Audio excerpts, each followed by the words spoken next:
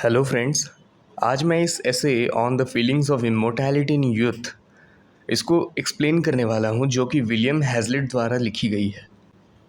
मैं इसके समरी को सब हेडिंग्स में पार्ट करके बांट लिया हूँ।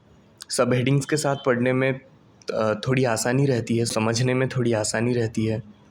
So let's begin. विलियम हैज़लिट सबसे पहले लिखते हैं youths perpetual sense of immortality. इसमें हैज़लिट कहते हैं, in the very beginning of the essay, Hazlitt talks on how there is a feeling of immortality in youth which makes them compensate for everything. इसमें हैज़लिट सबसे पहले कहते हैं कि फीलिंग ऑफ इमोर्टैलिटी, अमरता की भावना जो यूथ में होती है, वो कैसे उन्हें हर चीज़ की भरपाई के लिए मजबूर कर देता है। The youth live as if they had their future loaded with treasures. Youth ऐसे रहते हैं जैसे उनके फ्यूचर, उनके भविष्य एकदम खजानों से भरा हुआ है। Paying no heed to the planning for future. Paying no heed मतलब पेइंग नो अटेंशन। वो इग्नोर कर देते हैं अपने फ्यूचर प्लानिंग के ऊपर, फ्यूचर के ऊपर कोई प्लानिंग नहीं करते और ऐसे चलते हैं जैसे उनका फ्यूचर एकदम खजानों से भरा हुआ है। There is no limit for their hopes और विशेस। उनके होप्स, उनकी उम्मीद और उनके जो भी विशेस हैं उसकी कोई लिमिट नहीं रहती। तो इसमें ओवरली हैज़लिट ये ऑब्ज़र्व करते हैं कि यूथ का एक केयर फ्री एटीट्यूड रहता है। वो बहुत ही ज़्यादा केयरलेस रहते हैं, driven by an unshakeable believe, जिसका एक अटूट विश्वास रहता है उनके अंदर कि उनका जो फ्यूचर है वो बहुत सारे संभावनाओं से भरा होगा। With the little concern for future planning they Amaze desires and hopes without limits. Future के बारे में बहुत ही कम प्लानिंग करके वो बहुत सारा डिज़ायर्स और होप इकट्ठा कर लेते हैं अपने अंदर, और इनएविटेबिलिटी ऑफ डेथ और ओल्ड एज को नज़रअंदाज कर देते हैं। Inevitability of death and old as, इसका मतलब डेथ और ओल्ड एज जिसको कभी रोका नहीं जा सकता, जो कि लाइफ का परम सत्य है। इसके बाद negligible relevance of death and old age. इसमें हैज़लिट ये कहते हैं, words like death and old age hold no significance in the mind of youth.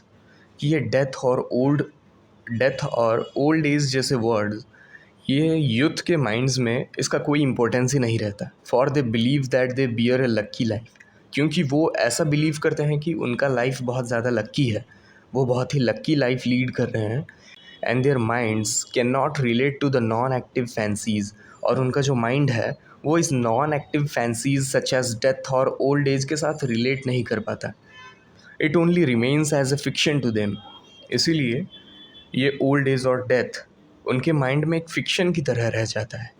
Here Hazlitt is trying to explain the youth poses N unwavering confidence in their luck filled lives. इसमें Hazlitt ये explain करने की कोशिश करते हैं कि जो youth है उनके अंदर एक ऐसा अटूट कॉन्फिडेंस बन जाता है जिससे वो सोचते हैं कि उनका लाइफ लक से भरा हुआ है, और डेथ और एजिंग या ओल्ड एज इस कंसेप्ट को वो फिक्शनल बना देते हैं। जैसे उनके माइंड में ये एक फिक्शन जैसा बन जाता है और इररिलेवेंट बन जाता है, जो जिसका कोई इंपॉर्टेंस नहीं होता। Youth's positive outlook and imperviousness to ageing.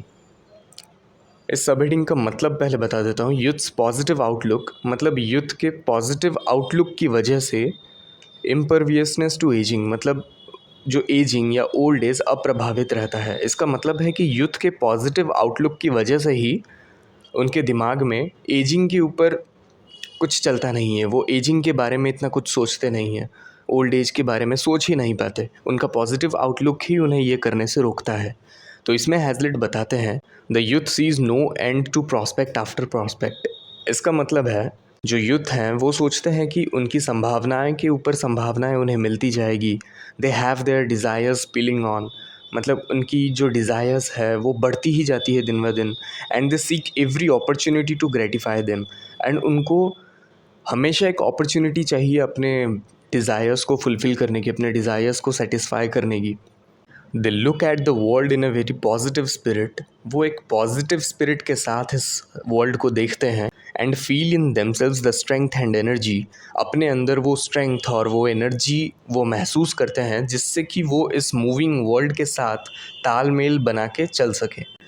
In this excitement they fail to foresee how they decline into old age and finally encounter death.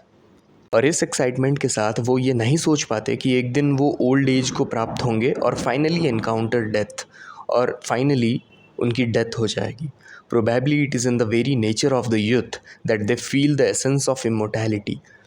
हैज़लिट बताते हैं कि ये यूथ का नेचर ही होता है कि वो अमरता की भावना को फील करते हैं। इसके बाद innocence of youth and absence of thoughts on death. इसका मतलब है यूथ अपने इनोसेंस की वजह से डेथ के बारे में कुछ सोच नहीं पाते। तो इसमें हैज़लिट क्या बताते हैं? हैज़लिट ये बताते हैं कि यूथ अभी तक उस थिन लेयर ऑफ इनोसेंस के अंदर है। थिन लेयर ऑफ इनोसेंस से वो ये मीन करते हैं कि वो अभी तक लाइफ को ठीक से देखे नहीं है। They have not seen life as yet. वो अभी तक इमेच्योर्ड है and are rocked in the cradle of their desires. और अभी तक वो अपने ही डिज़ायर्स के क्रेडल में, अपने ही उम्मीदों या अपने ही इच्छाओं के क्रेडल में, क्रेडल मतलब बच्चों का जो पालना होता है, झूला, उसी में झूल रहे हैं। मतलब वो अपने इच्छाओं के ही पालने में झूल रहे हैं। While many desires occupy their thoughts, they have no room for thoughts about death in their mind. इसमें हैज़लिट बताते हैं जब बहुत सारे डिज़ायर्स, बहुत सारे इच्छा उनके थॉट्स को ऑक्यूपाई कर लेते हैं, उनके थॉट्स में भर जाते हैं, तो डेथ जैसे थॉट के लिए उनके दिमाग में और कोई जगह ही नहीं रहता। इसके बाद हैज़लिट कहते हैं the spirit of youth remains unimpaired, that they are guided by their own sensations until they come across a minor failure. इसका मतलब है कि यूथ को पता नहीं चलता कि वो उनकी ही अपनी भावनाएं, उनकी ही अपनी सेंसेशंस उन्हें गाइड करते हैं। वो अपनी भावनाओं के हिसाब से ही चलते हैं। उन्हें ये तब तक पता नहीं चलता जब तक वो कोई माइनर फेल्यूर से नहीं गुजरते। And they cut their ties from the world. और माइनर फेल्यूर के बाद वो अपनी जीवन से अपना रिश्ता काट लेते हैं। Where their passion loosens its hold on the happenings of future. और उनका जो पैशन था वो भी अपना जोड़ खो देता है फ्यूचर से। And they begin to understand the occurrences in its proper sense. और वो यूथ रियलिटी को समझने लगते हैं। Occurrence in its proper sense, जो रियल में होता है उसको प्रॉपर सेंस में समझना तब शुरू करते हैं जब वो किसी माइनर फेल्यूर से गुजरते हैं और अपना ज़िंदगी से रिश्ता काट लेते हैं, और उनका पैशन भी वो होल्ड छोड़ देता है फ्यूचर से। तब उन्हें समझ में आता है ऑकरेंसेस कैसे प्रॉपर सेंस में होते हैं। हैज़लिट गिव्स एन एग्जाम्पल ऑफ ए स्कलियन। स्कलियन मतलब जो बर्तन मांजता है घर पे, एक सर्वेंट जो घर पे बर्तन मांजता है। तो वो हैज़लिट एक स्कलियन का एग्जाम्पल देते हैं जिसका नाम स्टर्न है, and his master Bobby. So Hazlitt बताते हैं when Stern is informed of his master's death, his only reply is so am not I. मतलब जब स्टर्न को उसके मास्टर के डेथ के बारे में बताया जाता है तो उसका रिप्लाई ये होता है, तो मैं तो मरा नहीं हूँ ना। इसका मतलब यह है, मतलब हैज़लिट के कहने का तात्पर्य यह है that his monotonous work has already taken away the beauty of his life. कि उसका ये जो बोरिंग वर्क है वो उसके लाइफ की ब्यूटी को छीन चुका है। While the youth is not bothered by the idea of death. जैसे यूथ भी डेथ की आइडिया के बारे में कुछ सोचते ही नहीं है, उन्हें इससे कुछ फ़र्क ही नहीं पड़ता। Their confidence only seem to strengthen and enhance their sense of position and enjoyment of life. उनका जो कॉन्फिडेंस है वो सिर्फ उनके सेंस ऑफ पोजीशन, मतलब लाइफ के ऊपर कैसे कब्ज़ा करना है, लाइफ में कैसे एन्जॉय करना है, उनका कॉन्फिडेंस सिर्फ उसी को स्ट्रेंथ करता है, उसी को एनहांस करता है, उसी भावना को ही एनहांस करता है। They also fail to understand the value of time. वो समय की कद्र करना भी भूल जाते हैं। Until the see love, hope and joy withering around them. वो समय की कदर करना भी भूल जाते हैं तब तक जब तक वो प्यार, उम्मीद और उनकी खुशी को अपने ही सामने नष्ट होते नहीं देखते। इसके आगे हैज़लिट बताते हैं fears and uncertainties of youth. इसमें हैज़लिट यूथ के अनसर्टेनिटीज़ और फियर के बारे में बताते हैं। The youth can not do away without having experience the splendour of life. इसमें हैज़लिट बताते हैं कि जो यूथ है वो लाइफ के स्प्लेंडर को एक्सपीरियंस किए बिना वो लाइफ के ब्यूटी को एक्सपीरियंस किए बिना नहीं रह सकते। It is accepted in amazement as if life were compared to a rustic fair and the youth have no thoughts of going home or that it will soon be night। और हैज़लिट इधर life को एक rustic fair के साथ compare करते हैं, मतलब गांव गांव के किसी एक मेले के साथ कंपेयर करते हैं जिसमें यूथ उस मेले में जब जाते हैं वो घर जाने के बारे में भूल ही जाते हैं और ये भी भूल जाते हैं कि अभी थोड़ी देर बाद रात होने वाली है। मतलब उनके दिमाग में ये सब कुछ आता ही नहीं है, वो घूमने में ही व्यस्त रहते हैं। वो ये भूल जाते हैं कि मुझे अभी थोड़ी देर बाद घर भी जाना है या अभी थोड़ी देर बाद रात होने वाली है। उनके दिमाग में ये सब नहीं चलता, वो प्रेजेंट में ही जी रहे होते हैं, वो प्रेजेंट को ही एंजॉय कर रहे होते हैं।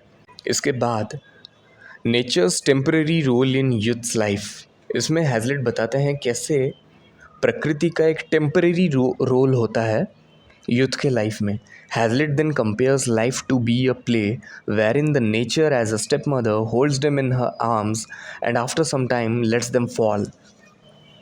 हैज़लिट इधर बताते हैं, हैज़लिट इधर लाइफ को एक प्ले के साथ कंपेयर करते हैं, एक नाटक के साथ कंपेयर करते हैं जिसमें नेचर मतलब प्रकृति स्टेप मदर का रोल प्ले करती है, जिसमें वो स्टेप मदर यूथ को अपने आर्म्स में, अपने हाथों में कुछ समय के लिए उन्हें होल्ड करके रखती है, उन्हें बनाए रखती है और कुछ समय बाद उन्हें गिरा देती है, ये सोचकर कि वो सब उसके बढ़ते हुए बर्डन है, बढ़ते हुए बोझ हैं, as if they were that increasing burden to her support. वो सपोर्ट नहीं कर पाए, वैसा इंक्रीजिंग बर्डन है, इसीलिए वो life as a step mother उन्हें छोड़ देती है। Yet for some time the nature shines on the youth. पर फिर भी कुछ समय के लिए नेचर यूथ के ऊपर चमकती है और उन्हें बनाए रखती है to see the raree show. Raree show मतलब एक स्मॉल डिस्प्ले है, एक स्मॉल डिस्प्ले या एक छोटे से बॉक्स में जिसमें कुछ डिस्प्ले दिखाया जाता है। तो इसमें हैज़लिट कहते हैं कि भले ही मतलब फिर भी कुछ समय के लिए नेचर यूथ को बनाए रखती है और उन्हें यूनिवर्स का रेयरी शो दिखाती है। इसके बाद youths exploration of nature and it's sublime beauty.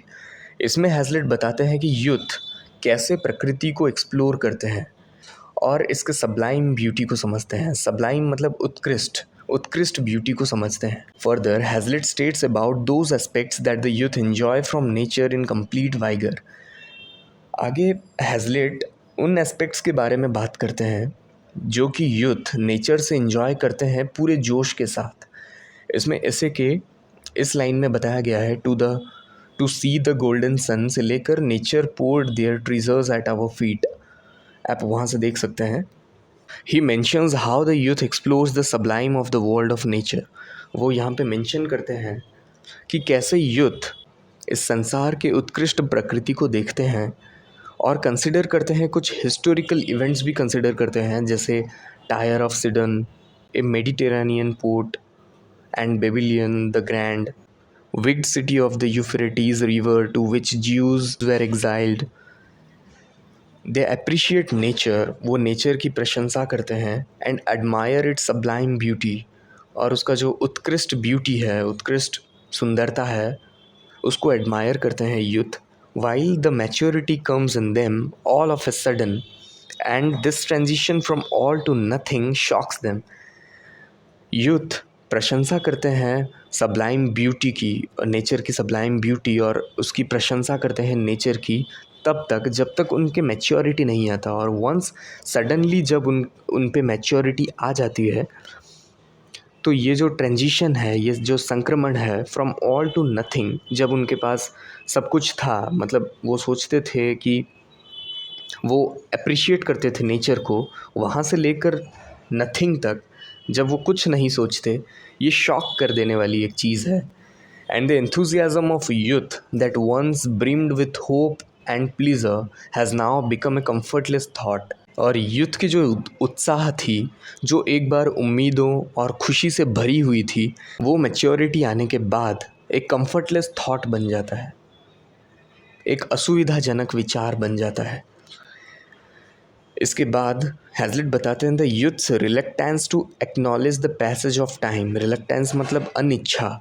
इसका मतलब है, इस सब हेडिंग का मतलब है कि यूथ कैसे पैसेज ऑफ टाइम को स्वीकार नहीं कर पाते, मतलब पैसेज ऑफ टाइम को स्वीकार करने की उनकी इच्छा ही नहीं होती। वो कैसे होती है, इसको हैज़लिट ने डिस्क्राइब किया है,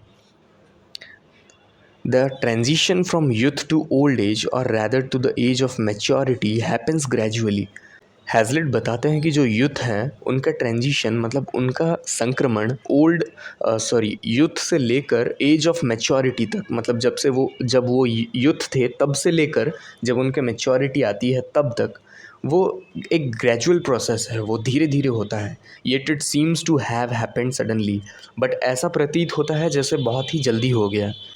हैज़लिट टॉक्स अबाउट आर्ट। इसमें हैज़लिट आर्ट के बारे में बात करते हैं, कला के बारे में बात करते हैं, जिसमें वो बताते हैं कि रेम्ब्रांड्स पेंटिंग जैसे किसी की कला, रेम्ब्रांड्स पेंटिंग का एग्जांपल दे के कहते हैं कि कला बहुत देर तक रहती है, इटर्निटी तक रहती है, while the youth takes no heed of the passage of time and one day they find intricacies of nature. जबकि जो यूथ हैं वो कोई अटेंशन ही नहीं देते पैसेज ऑफ टाइम के ऊपर, समय के सार के ऊपर वो कोई अटेंशन ही नहीं देते youth. And one day they find intricacies of nature, और एक दिन वो नेचर की कॉम्प्लेक्सिटी को फाइंड करते हैं, और एक दिन वो नेचर का जो रियल कॉम्प्लेक्सिटी होता है उसको फेस करना पड़ता है उनको, क्योंकि वो समय के सार को नहीं समझ पाते।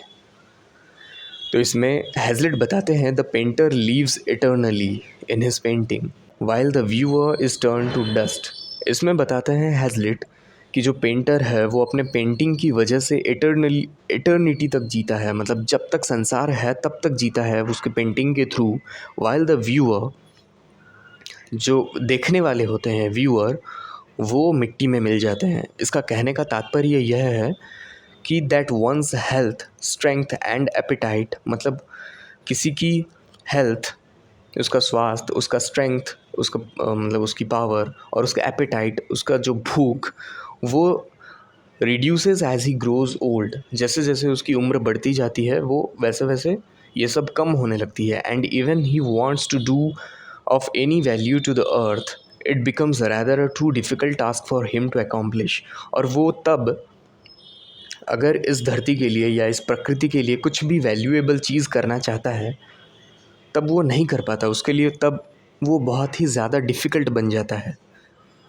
इसके बाद हैज़लिट बताते हैं at times when we understand the ravages of time, कभी कभी जब हम समय की मार को समझते हैं, रैवेजेस ऑफ टाइम मतलब समय की मार, जब हम समय की मार को समझते हैं, we find it appealing to leave that single moment to its fullest. मतलब जब हम समय की मार को समझते हैं तब हम ऐसा सोचते हैं कि हम एक सिंगल मोमेंट को भी एकदम खुशी से जिएंगे, और फिर हम कंप्लेन करते हैं कि how slowly like a snail time moves, कैसे टाइम एकदम धीरे स्नेल की तरह मूव करता है। But it won't be long enough for us to see how quickly the time has passed. पर ये जानने से हम दूर नहीं होंगे कि कितनी जल्दी टाइम पास हो गई, मतलब कितनी जल्दी टाइम चली गई और हमें पता भी नहीं चला। इसके बाद Hazlitt mentions his own experiences of youth where he participated in the French Revolution. Hazlitt बताते हैं अपना एक्सपीरियंस, कैसे वो जब यूथ थे वो फ्रेंच रिवॉल्यूशन में पार्टिसिपेट किए थे। The fit of the movement and the vigour of the youth made him participate in the movement, but at the and he only saw bloodshed. वो बताते हैं कि कैसे उस समय का मतलब उस समय पे उनको जो सही लगा उन्होंने वो किया। And the vigour of youth, और जो यूथ की जो जोश होती है, युवाओं की जो जोश होती है, इन दोनों की वजह से उन्होंने इस मूवमेंट में पार्टिसिपेट किया था, इस मूवमेंट में पार्टिसिपेट किया था। बट एट द एंड, अंत में, ही ओनली सॉ ब्लडशेड, उन्हें सिर्फ रक्तपात ही दिखाई दिया। जिसमें वो ऐसे में फॉर माई पार्ट से लेकर माई होप्स फेल तक मेंशन करते हैं, आप उससे रेफ़र कर सकते हैं। Youths legacy and the fear of इररिलेवेंस। इसमें हैज़लिट बताते हैं, हैज़लिट then talks of how he forms an opinion on youth by recollecting the past experiences। हैज़लिट इसमें बताते हैं कैसे वो यूथ के ऊपर अपना एक ओपिनियन फॉर्म कर लेते हैं by recollecting his past experiences। अपने पास्ट के मेमोरीज़ के बारे में सोचकर कैसे वो यूथ के बारे में एक ओपिनियन बना लेते हैं। He now realizes that the soul cannot be satisfied, for it has to leave something behind which is of value to the earth। वो बताते हैं कि ऐसे आत्मा कभी भी संतुष्ट नहीं हो सकती ये सोचकर कि वो आत्मा तो चली जाएगी लेकिन वो अपने पीछे एक ऐसे चीज़ को छोड़ कर जाएगी जो अर्थ के लिए वैल्यूएबल है। तो इससे आत्मा कभी संतुष्ट नहीं हो सकती ये सोचकर। This marks the uncertainties and fears that come even in the transitional phase. ये बताते हैं जब हम धीरे धीरे युद्ध से मेच्योरिटी के स्टेज तक आते हैं, उस ट्रांजिशनल फेज में ये अनसर्टेनिटी और ये डर हमें लगने लगता है। ऑल द रेकलेस, केयरलेस और imperious attitude fades and a fear grows within that may not leave anything of value to this world. तब हमें ऐसा लगने लगता है हमारे सारे केयरलेस एटीट्यूड जो रहते हैं, यूथ के सारे केयरलेस एटीट्यूड वो फेड हो जाते हैं और एक डर पैदा होने लगता है अंदर ही अंदर कि हम इस वर्ल्ड के लिए कोई वैल्यूएबल चीज़ छोड़ के ना जाएं। आगे हैज़लिट बताते हैं the youth's journey to understanding life's illusion. Youth कैसे लाइफ के इल्यूजन को समझते हैं उसके बारे में हैज़लिट बताते हैं। एज वन ग्रोज ओल्ड, जैसे जैसे एक आदमी बड़ा होता है, the essence of time becomes very vivid. मतलब जो समय का सार है वो जीवंत बन जाता है। Nothing seems to have changed but in reality we become the examples of change. हमें ऐसा लगता है जैसे कुछ नहीं बदला है, बट इन रियलिटी, असलियत में हम एक बदलाव के उदाहरण बन गए होते हैं। इसके बाद हैज़लिट बताते हैं, Hazlitt comments saying that the world is a witch that cuts us off with false shows and appearances. इसका मतलब हैज़लिट इस दुनिया को एक जादूगरनी के साथ कंपेयर करते हैं जो कि हमें झूठे दिखावे दिखाकर हमारी ज़िंदगी हमसे छीन लेती है। मीनिंग टू से दैट, इससे हैज़लिट के कहने का तात्पर्य यह है कि all joys and hopes become an illusion in front of our eyes. मतलब हमारी ही आँखों के सामने हमारे जो जॉयज़ थे, हमारी खुशी थी, हमारी उम्मीदें थे, वो एक इल्यूजन बन जाता है। द ओनली थिंग, सिर्फ एक ही चीज़ जो अब हम एक्सपेक्ट कर सकते हैं हमारे ओल्ड एज से, वो यह है कि the little ill health and suffering, जिससे हमारा जो हेल्थ है, हमारा स्वास्थ्य है, वो कम ख़राब हो और हम कम सफ़र करें, and then peacefully we can retire to our graves, and then शांति से हम अपने अपने कब्र को जाएं। इसका मतलब शांति से हम डेथ को स्वीकार करें। इसके बाद एक्सेप्टेंस ऑफ मोर्टेलिटी। इसमें हैज़लिट बताते हैं कैसे यूथ मोर्टेलिटी को एक्सेप्ट करते हैं। The thought of death now does not frighten us, for we do not die wholly at our deaths. We have molded ourselves throughout. इसका मतलब है, हैज़लिट इसमें बताते हैं कि जो अभी डेथ है वो हमें अभी और डराता नहीं है, क्योंकि अभी हमें ऐसा लगने लगता है कि हम पूरी तरह से नहीं मरते। तब तक हम खुद को हर जगह मोल्ड कर चुके होते हैं। Faculty after faculty, interest after interest, attachment after attachment disappear. Faculty के बाद फैकल्टी, हमारी इंटरेस्ट के बाद इंटरेस्ट, अटैचमेंट जो लगाव है हमें, उसके बाद वो टाइम टू टाइम डिसअपीयर होने लगते हैं और धीरे धीरे वो सब चले जाते हैं। We are torn from our selves while living. हम अपने आप से जीवित रहते हुए भी अलग हो जाते हैं। Years after years sees us no longer the same. मतलब साल दर साल हमें ऐसी चीज़ें दिखाती है जो कि सेम नहीं है। हम जैसे ही उम्र बढ़ती जाती है हम देखते हैं ये वो सारी चीज़ें जो अलग थी और अभी चेंज हो रही है।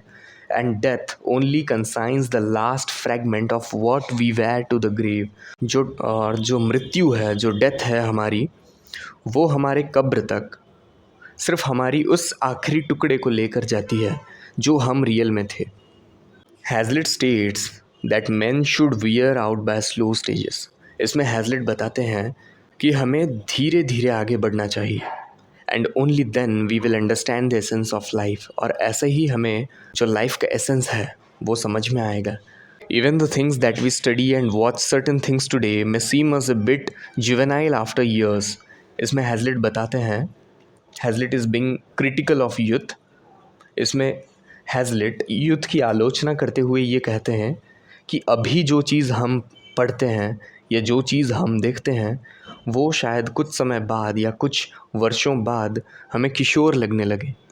Lastly Hazlitt contemplating the nature of youth के बारे में बताते हैं। कंटेम्पलेटिंग मतलब to think carefully about something.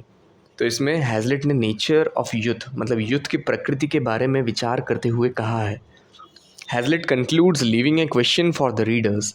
हैज़लिट इसमें कंक्लूड करते हैं एक क्वेश्चन पूछ के रीडर्स जो पढ़ रहे हैं उनको एक क्वेश्चन पूछते हैं as to why youths fade away, कि जो युवा है वो क्यों फेड कर जाते हैं, वाई ब्यूटी फेड्स अवे, सुंदरता क्यों फेड कर जाती है, life is not enough to get solutions.